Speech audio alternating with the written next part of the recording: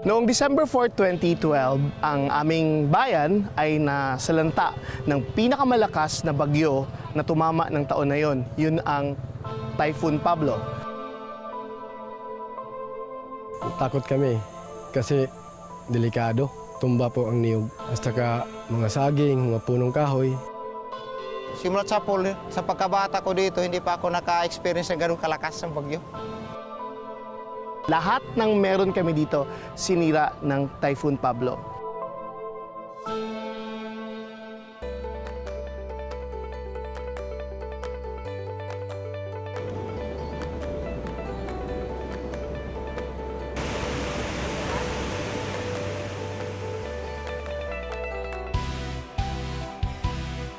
Parang nawala na kami ng pag-asa. Pero sa awa ng ating Panginoon, nakaahon din at saka lumakas ang aming loob na maghanap buhay. In fact, some of those families na walang tahanan before Pablo, nakita nila na para bang blessing in disguise. Kasi ngayon, meron na silang tahanan. Ngayong gabi, pupunta tayo sa isang probinsya na di kadalasang nadadalaw sa parating ito ng Mindanao. Isang probinsya na sinubok ng isang bagyo pero pinatibay ng trahedya.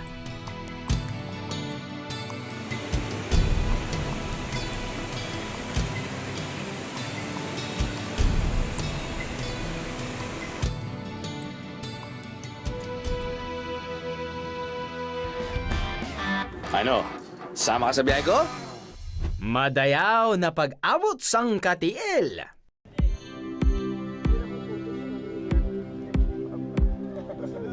Malayo na ang itsura ng lugar na to sa mga kwento ng mga katiilenyos noong 2012. Ngayong 2016, mag-aapat na taon matapos manalanta ang bagyong Pablo, ang sumalubong sa biyahe ni True. Suot mo dito!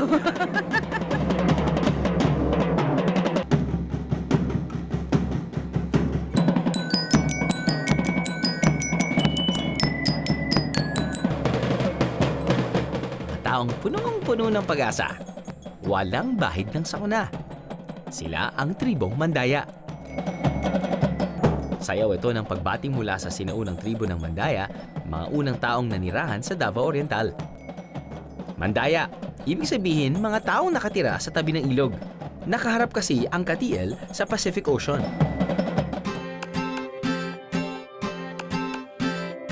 Isang naging alaala ng unos na dumaan sa bayan ng Katiil ang monumento na to. 2 years old pa lang yan, mga bihero.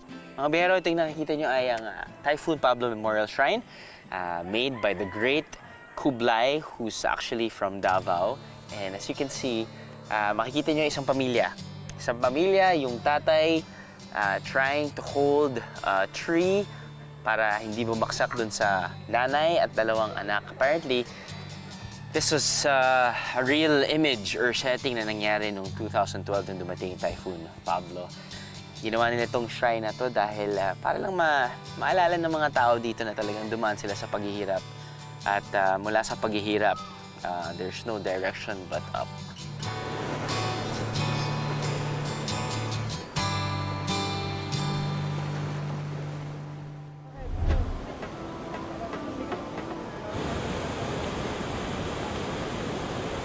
Alright, first I was sketchy dahil lumabot kami ng mga 6 hours from Davao Airport patungong Katiil. First location namin to actually. Parang unti-unti akong na-impress. Aliwagwag Falls, ladies and gentlemen. Laki, no? Meron pa lang ito sa Pilipinas? Karakit tayo. Presenting ang sinasabing longest cascading waterfalls in the Philippines. Ito ang Aliwagwag Falls. May taas itong 1,110 feet above sea level. Mula pa lang sa kalsada, kitang-kita at dinig na ang falls na to.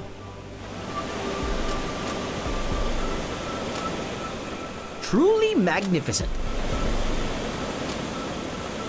Tinatawag nga nila itong Stairway to Heaven dahil sa 136 na magkakasunod na waterfalls mula tuktok ng bundok pababa.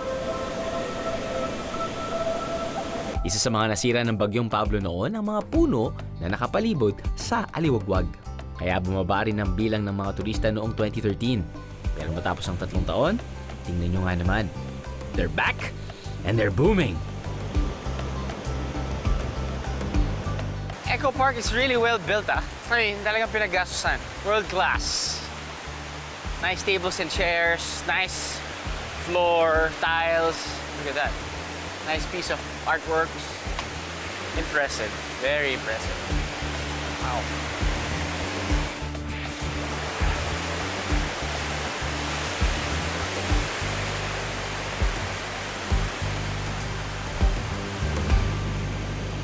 Ayon sa local tourism office, umaabot na ngayon sa 7,000 a week ang bilang ng mga turistang dumarayo sa Aliwagwag. There is no way but up, ika nga. Sa ganda ng falls, para bang gusto mong tumalon at magtampisaw sa tubig dito.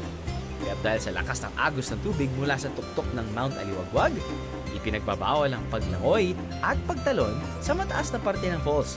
Pero don't worry, dahil may malapool area sila sa bandang paanan ng falls. Kaya ako, sugod na sa tubig para magtampisaw.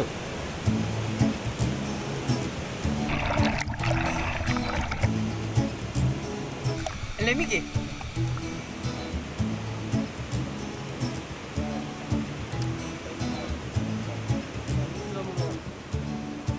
Pero sa lamig ng tubig, parang may mga magandang gawin dito ah.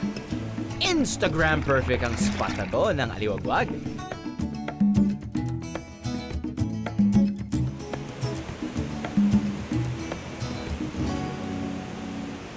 Kung mas gusto nyo ng excitement, konting akyat pa at tawid ng man-made bridges na to.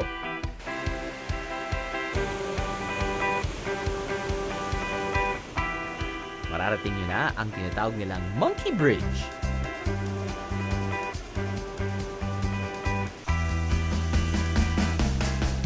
Mga biyeros, this is the closest you can get sa rumaragasang agos ng falls dito. Make sure you have your trekking shoes or sandals dahil may kahirapan ang lumakad sa tulay na to.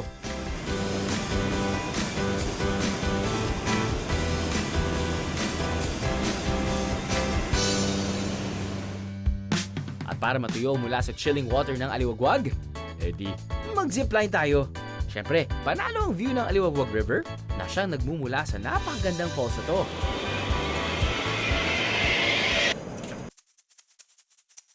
Go!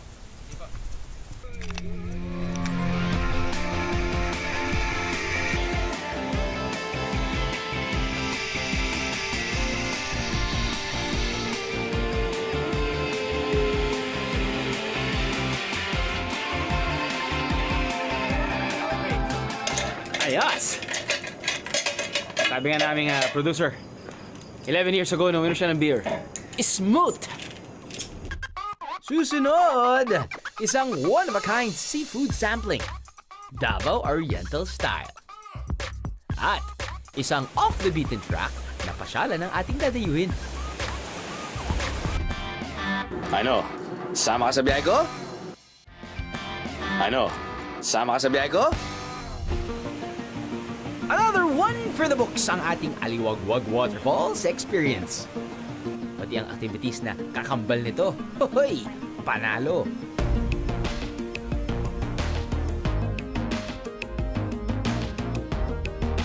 At dahil medyo ginagabi na, kasabay ang aking pagbalik sa town proper ng Katil, ang pagluluto ng aming hapunan, ang kanilang local lobster na Banagan. Kung sa atin sa Maynila, libo-libo ang presyo ng lobster, dito 600 to 750 pesos lang, depende sa laki. Eh ang lasa kaya nagkakalayo. Para ihanda ang lobster, ginisa ang bawang at sibuyas, siling haba, at saka inilagay ang Banagan.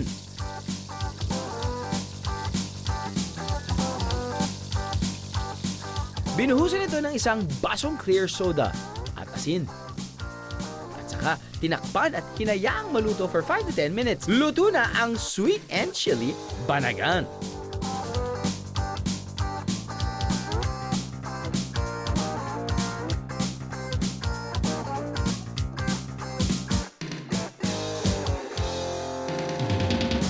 Alam niyo na, pag si Mong, baboy hanap. lechon. Okay? Etong kulot, depende yan. Kapag fresh, walang problema. Fresh, yung lobster. Actually, ibang klase yung lobster na ina-offer nila dito, no? Ito ay tawag nilang banagan. Banagan. Anyway, tirahin natin.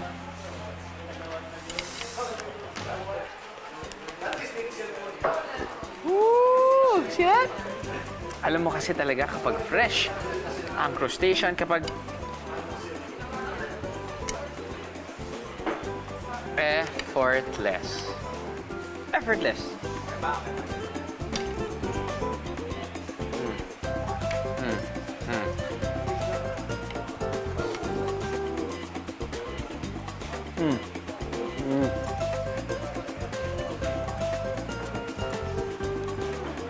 Kahit ibahin mo pa yung pangalan ng lobster, kahit ibang kamag-anak ng lobster, pinsan, kapatid. Alam niyo naman kasi kapag ganyan yung itsura, ganun pa rin yung texture. Yun yung hinahanap-hanap mo ng texture. Very crunchy, very succulent, juicy.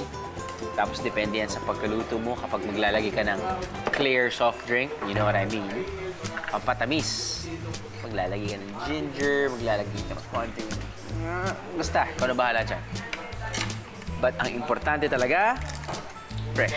At ito ay hindi siya fish. Fresh na fresh. Ayan na. Ulitin natin.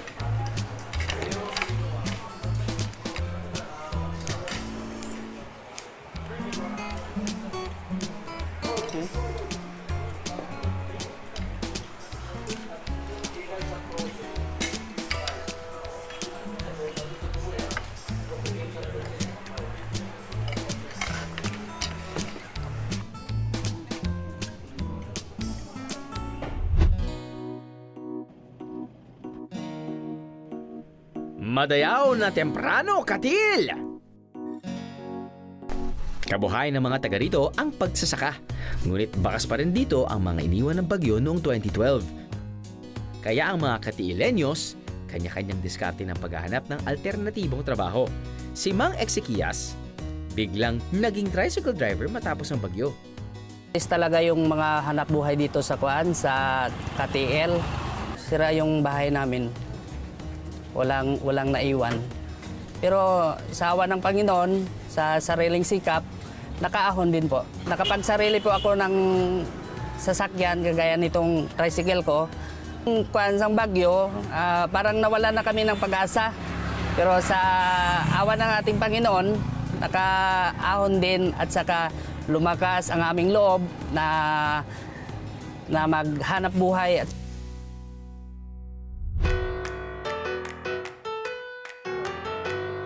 Isa lang si Mang Ezequias sa libo-libong nabigyan ng pabahay mula sa iba't ibang mga tumulong sa Katil noong 2012. Makikita nyo pa nga kung paano naka-color coordinate ang housing projects dito. Kasama ko ngayon si Olan, isa ring Katilenyo na nasaksihan ang pagbabago sa kanyang hometown. Kung makikita niyo yung mga bahay dito, lahat ito bago. Pabahay ito. At halo-halo dito. Yung iba, bigay na. USAID. Yes, USAID. Yung ibang Napal. bahay, yeah. Yung ibang bahay dito, bigay ito ng ng mga non-government organization. Tapos yung ibang bahay, paggawa ng government, yung tinatawag na MSAP, Modified Shelter Assistance Program. Para sa iba, lalo na yung mga pamilya before na walang mga bahay, parang Siyempre, panalo yun. oo, kasi parang nangyari, nagkaroon sila ng bagong tahanan, bagong bahay. Yung iba nga, tinitingnan nila na yung Typhoon Pablo parang beautiful disaster. Dadalhin ako ni Olan sa isa pang sikat na falls dito, sa Mahanob Falls. 5 to 10 minute walk lang daw ito mula sa bukid. So, go na ako kahit na medyo maputik. Gaya ng ibang falls na off the beaten path, libre ang pagpunta dito. Maganda lang na may kasama kayong guide, or in my case, local.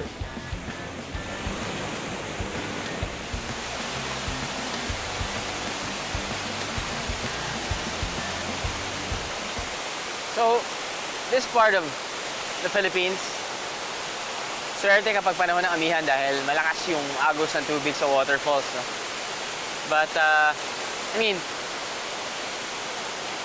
the feeling that I get kapag malapit ako sa waterfalls is just, you know, I don't know, soothing, relaxing. Di ko alam yung tunog ba na kapag malapit ka na dumating, naririnig mo na yung agos ng tubig, or yung pagdating mo dyan, it's the beautiful side of the water, tapos noon tinatamaan ng araw, or nararamdaman mo yung ambon, na hindi naman talaga ambon galing sa langit, pero ambon galing sa pag-smash ng tubig sa baba. No? I mean, these are the factors na talagang experiencing any type of waterfall. Huwag lang yung gripo, ah. Any type of nice waterfalls, it's just, hindi mo makakalimutan. It's gonna be there in your memory bank. Beautiful. There, I said it. Napakaganda naman talaga ng Mahanob. 2 for 2 na tayo sa nagagandang falls ng Katiil, ha?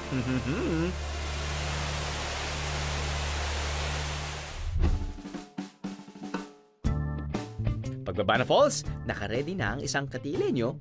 Merienda, ang pulang saging na kung tawagin ay Murau. Akalain mo, nakaka-experience tayo ng kakaibang variety ng saging.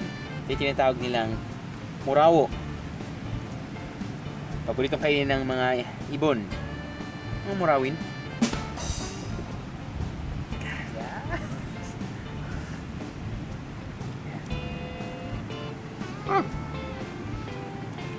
Hindi ko alam kung ganyan talaga yung itsura niya kapag hinog or ganyan yung itsura niya kapag hinog na hinog dahil ang aking nalalasahan ay medyo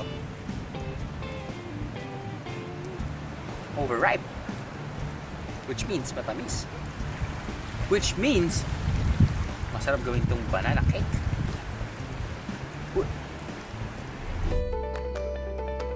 Up ahead, we are going under the sea. At matitikman ang mga kakaibang pagkain sa ating pagbabalik sa Katiil. Lasang tilapia. Ano yan? Padpad yan sa amin. Padpad. Opo. Napadpad lang, tas nahuli. Padpad. Ano? Sama ka sa biyahe ko? Ano? Sama ka sa biyahe ko?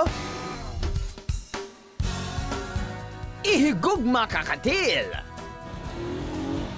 What's not to love about this place? Tahimik. Walang masyadong tao. Nandito na nga raw lahat sa Katiil. Except airport. Kaya from Manila, you have to fly to Davao City, then it'll take you 6 hours. Yep, 6 hours to get here via van or bus. Wala namang problema sa masasakyan dahil madali lang hanapin ang biyaheng Katiil o Boston sa Davao City. Maghanda lang ng 150 to 250 pesos para sa bus at 300 to 400 na pamasahe para sa van. At kung nasa Katiil, Davao Oriental na kayo, aba, sigurado akong magiging BFFs kayo ng habol-habol. Yung pamasahe sa Santa Filomena to sa bayan, 10 pesos po. Tsaka doon sa bayan lang to, 5 pesos lang po ang minimum doon. Pwede ring mag-sidecar o padjak na 5 piso lang ang singil para maikot mo ang poblasyon ng Katiil.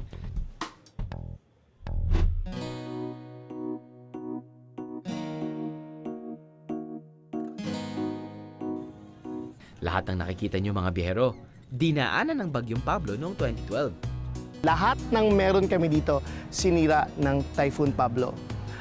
Ang simbahan, yung mga bahay na yan, maging ang puno na yan. Tsaka yung mga gusali na nasa paligid, lahat yan nawala. Ayon pa kay Olan, tanging ang monumento ni Rizal ang natirang nakatayo nung tumama ang bagyo. Kami sa Katiil, masasabi namin, isa kami sa mga very resilient people on earth. 3 taon makalipas ang dilubyong yun, makita ninyo, bumangon kami at makita ninyong patuloy kaming nakaahon.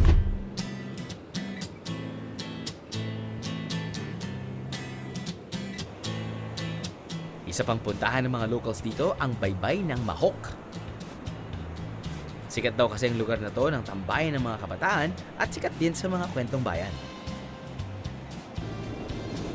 Ayon sa mga kwento-kwento, nangunguha raw ng buhay ang cove na to. Sa lakas ba naman ng alon na yan, for sure, kahit gaano kagaling lumangoy, mahihirapan ka rito.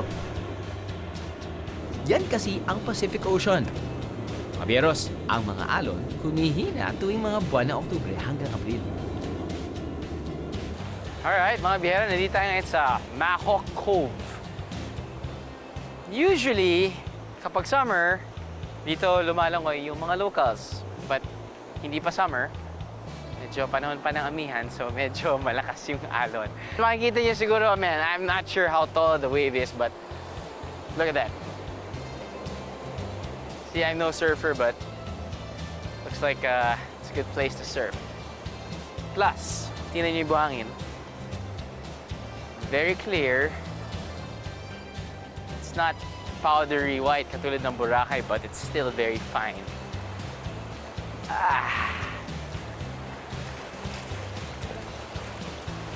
Walang bato.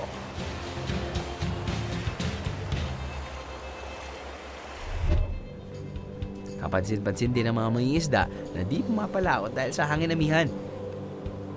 Sabi nga ni Mang Dennis na isang mangingisda malaki ang kanilang natutunan sa Bagyong Pablo noong 2012. Wala na talagang pumapalaot ngayon tuwing panahon ng amihan dahil napakadelikado.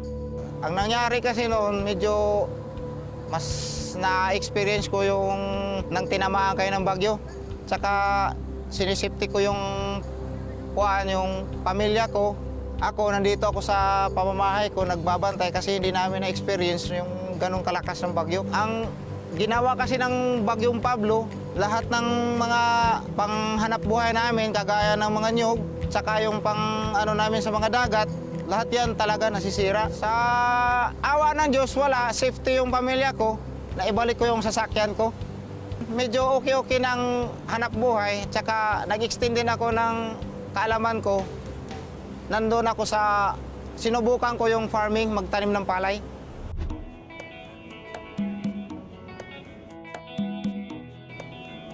Di man ako nakapagtampisaw at nakalangoy sa Mahok Cove.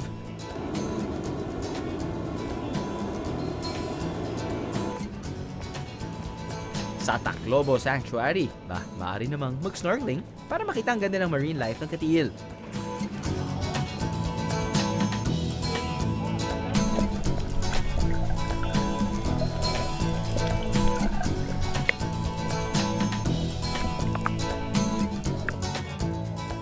Kung mabitin man sa underwater view, pwedeng mag-selfie sa tuktok ng rock formations dito. Make sure na may booties kayo, biyeros, ha? Medyo matulis ang mga bato eh.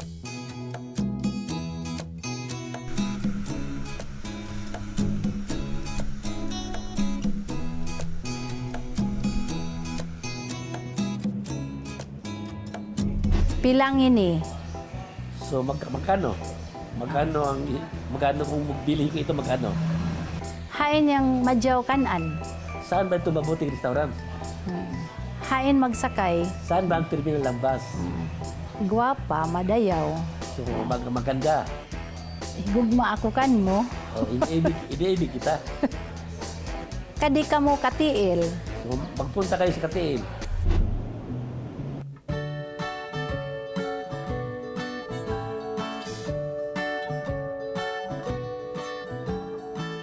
Wala rin problema ang pagkain dito. From fresh crops to fresh seafoods.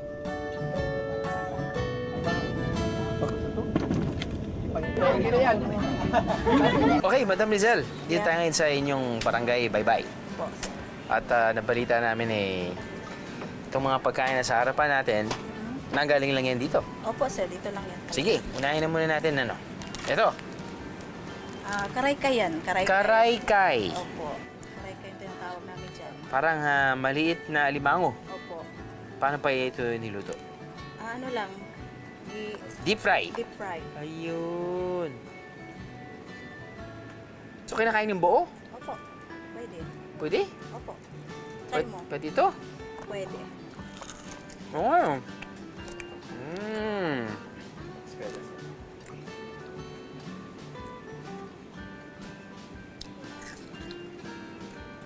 Parang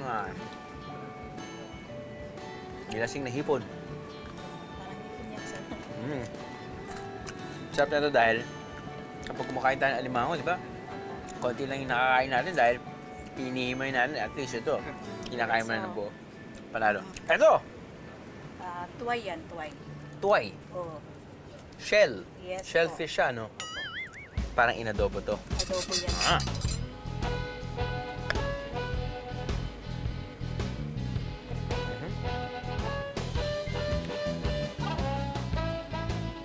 Sarap.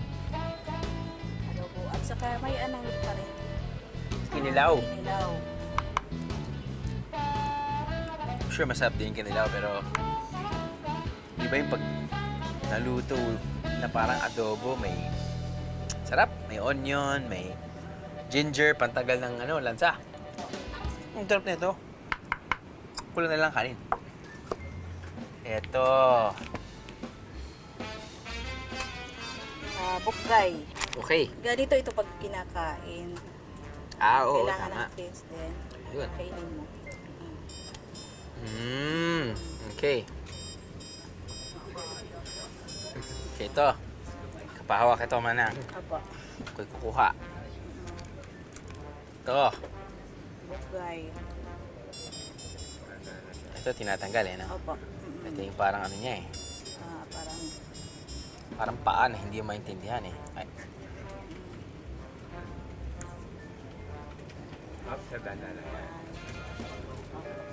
Kainin mo. Sarap din. Galing ito sa nipa, sir. Lasang lupa. Sa nipa kasi. Pinakamasarap na lupa yun. Oo, masarap yun. Ito. Parang ang daming malilit na isda. Yun ang galing sa sapa namin. Galing sa sapa. Deep fry din. Opo. Depende rin sa pagkaluto. Pwede paksyo. or sabaw. Pero Pwede kapag rin. dini-deep fry, lahat magkakaparehas na yung lasa eh, no? Oh, sige, tirahin na rin natin.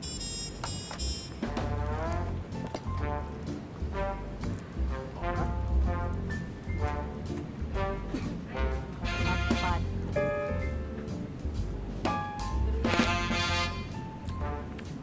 Lasang tilapia. Ano yan? Pad-pad yan sa amin. Padpad. Opo. Oo. Napadpad lang, tas nahuli. Pad-pad. Pad-pad na isda. Masarap. Panalo siya. Babaunin ko na to. Banisil. Opo. Ganon din po. Ganon din po. Ano mo yan? Sipin. So sinisip-sip mo lang yung katas. May laman ba? Yung may laman din. Mayroong laman sa loob niya.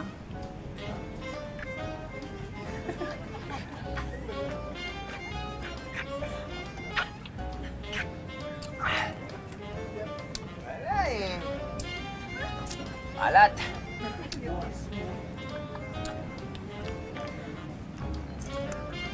Balik na rin natin. Ayun. Yun. Oh, yun naman pala. Yan. Lasang mushroom. Lasang mushroom.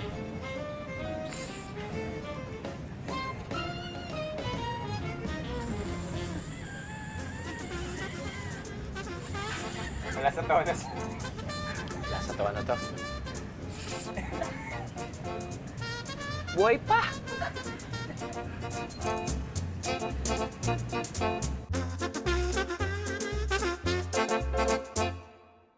Nay, bakit ito parang tinura ka ng steroids? Iba ito. Ang tawag nito is wabang. Wabang. Wabang. Parang mas mataba yung ulo. Parang buntis. Oo. Native talaga dyan yan sa Pati ito parang meron siyang... Oo, iba siya sa pasayan. Oo. Yan yung pangalan naman. Pasayan. Pasayan. Oo, yan, wabang. Wabang. Well. Parehong hipon. Pareha. Parehong lasa. Opo, oo. Mas Pareho malaki kayo. lang yung ulo niya. Aba, tirahin natin ito mas malaking ulo.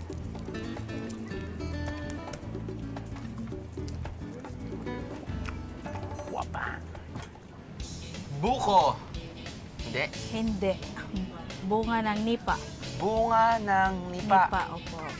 Yan po ba yung itsura nun? Oo, yun. Yun, salamat ha, bro. So, ano lasa po niyan? Tikman mo, sir. Ay, yan. Tama naman. Oh. Yan. Okay na po yan, ma'am. Yung texture niya parang buko din. Opo. Yung lasa niya parang buko din. Iba lang yung ano. Iba lang yung shape. May malutong, may malambot. Oo. At dahil nga nilagyan din ng gatas, or minatinis na gatas, mas mahal po ba yan sa buko? Mas mahirap kunin, no? Madali lang yan kunin, sir. Madali ang kunin.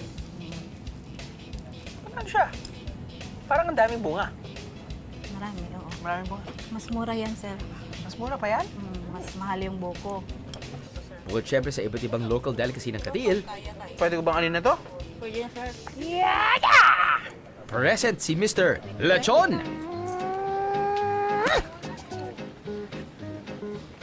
Sahin mo na.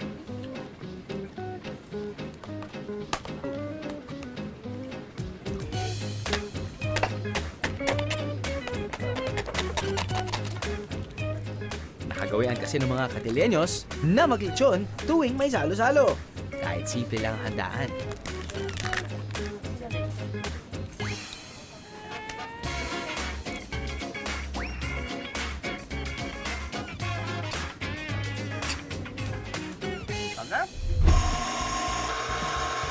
We have found Bicol in Davao Oriental.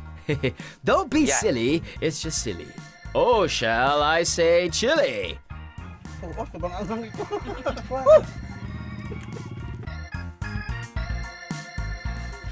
Sarap. Ito siguro yung pinakamasarap na palakal na kain ko. Ang galing. Wow. Ano? Sama ka sa biyahe ko? Ano? Sama ka sa biyahe ko?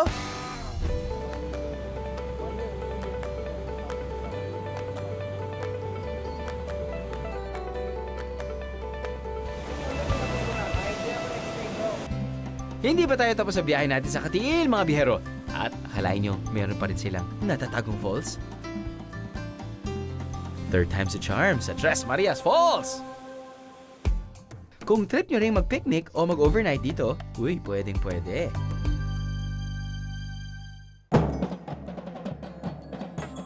Nakatutuwa na makalipas ang 3 taon, tila lahat ng mga taga rito, back to normal at naging mas masigla pa matapos ang pinakamalakas na bagyo na sumapit sa kanila.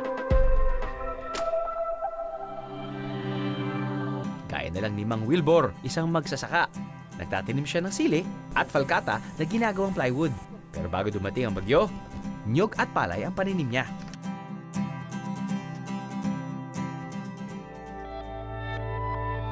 Takot kami kasi delikado. Mayroon namang niyog. Basta ka sin, yung hero, bubong.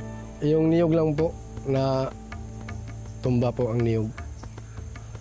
Basta ka mga saging, wasag talaga po ang bahay. Basta ka mga niyog, punong kahoy. Nagtanim kami na po ng sili, basta ka mais, basta ka palay para mayroon kami lang hanap buhay.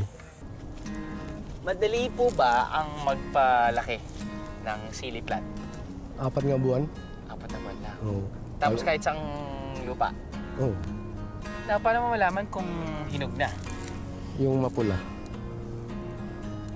Pero meron ako nakikita ko minsan sa restaurant, parang hinahalo nilang green din. Ba't ganun? Hindi po yun. Kailangan pula lang. Oo, pula. So, eto, pwede. Hindi pa? Reject na ito. Reject na. Oo. May sira naman. May sira. Kaysa raw palay o kaya nyog ang kanilang itanim na umaabot ng kalahating taon bago maani, naging alternatibo ng ibang magsasaka gaya ni Mang Wilbur ang pagsisili dahil mabilis itong tumubo. Mula 2012, nagsisili na si Mang Wilbur at dinadala niya ang kanyang mga sili sa gilingan. Pagkapitas ng mga hinog na sili, ibibili ito ng 2 hanggang 3 araw. At saka, hahanguin para gilingin at gawing pulbos.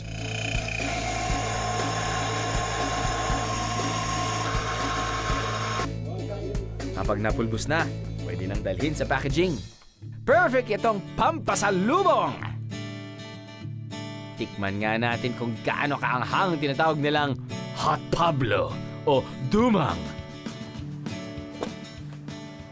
Kung merong isang sausawan or actually condiment na pwede kong ilagay sa lahat ng pagkain ko bukod sa lechon sauce, ay chili powder or chili oil. Sige, chili powder na lang dahil feature natin ang chili powder.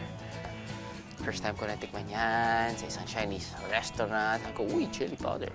Lagay sa kanin, lagay dyan sa sweet and sour chuchu, lagay dyan sa fried wonton. Sa sobrang sarap, munti ko na nilagay sa aking mango juice or mango shake. Tatanong natin sa sarili natin ngayon kung ano nga ba yung mga pagkain na babagay sa chili powder. Tama ba yung sinasabi ko na kahit anong kakainin ko na may chili powder, buti na lang, kasama ko ang crew ko. Seryoso mo talagang hardworking yan eh. Pa yun. Oh, just hanging. Shh. Ray, Mong, at yung aming researcher na si Shane. Ano ba ito? Iwi na natin Hindi. Ito yung sinabi ko kanina. Sabi ko, sa tingin ko, ang chili powder, pwede mong ilagay sa lahat ng klaseng pagkain. Meron ba akong punto kahit paano? Gusto ko lang malaman kung sa mga pagkain na sa harapan natin ngayon, sa inyong panlasa, pasok ang chili powder. Suman na may chili powder. Paborito ni Julian sa Ayan. Kilala ko ito. Ha? Kuya. Subukan lang. Subukan lang naman para yan. Yan. Pwede na yan? Sige pa, ano ba klase naman yun? Paano natin mapatutunayan? Ang dami mo sinasabi mo lang, sige pa. Lagyan mo. Oh, sobra naman. Oh, okay, Mong. Okay. Yan. Lokohan ito.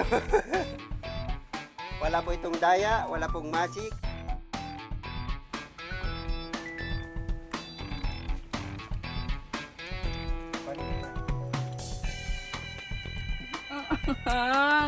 Medyo manghang, ha? Ito ang bagong suman. Suman sili. Ang brand. Yan. Subukan naman natin ang chili sa kasava o sa kamoteng kahoy. Anong ginagawa natin dito? Kaya. Ayun, tama nga ang hinala namin. Mukhang di nga bagay na kombinasyon ang sili at kasava, mga biyero. Dapat inuna natin to, no? Oo, sabang anghang ito. Shake, sir. Wala. Dito pala pwedeng sinasabi. Tayo po inuuso-uso yan. Dito tayo. Lalo ba't makabangang din pa rin ito pa rin yun. Tinagyan niyo ba rin ba ito?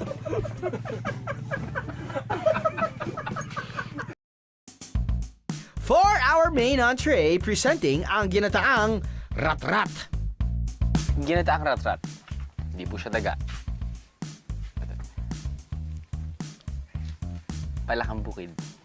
Yan. Alam mo, ano naman natin?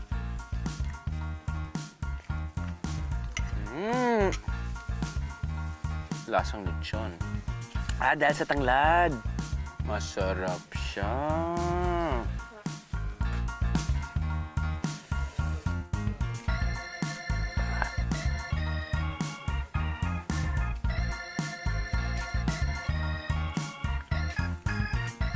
Sarap. Sarap. Wow. Ito siguro yung pinakamasarap na palakal na kain ko. Ang galing. Wow. Panalo.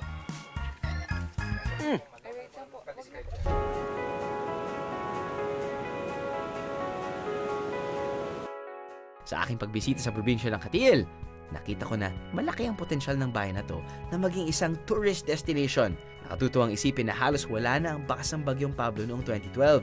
Sa Katiil ko napatunayan na minsan, a trip is not just about the destination. Hindi lang ang lugar kundi ang mga naninirahan dito ang nagpapaganda ng isang lugar.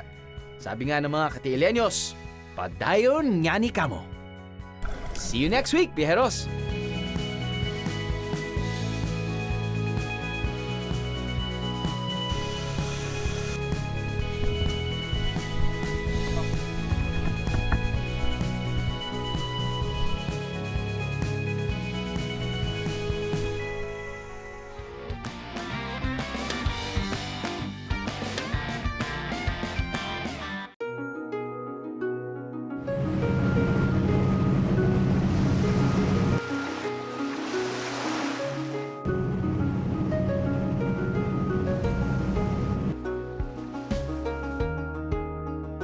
Sinasabi din ng birdhouse.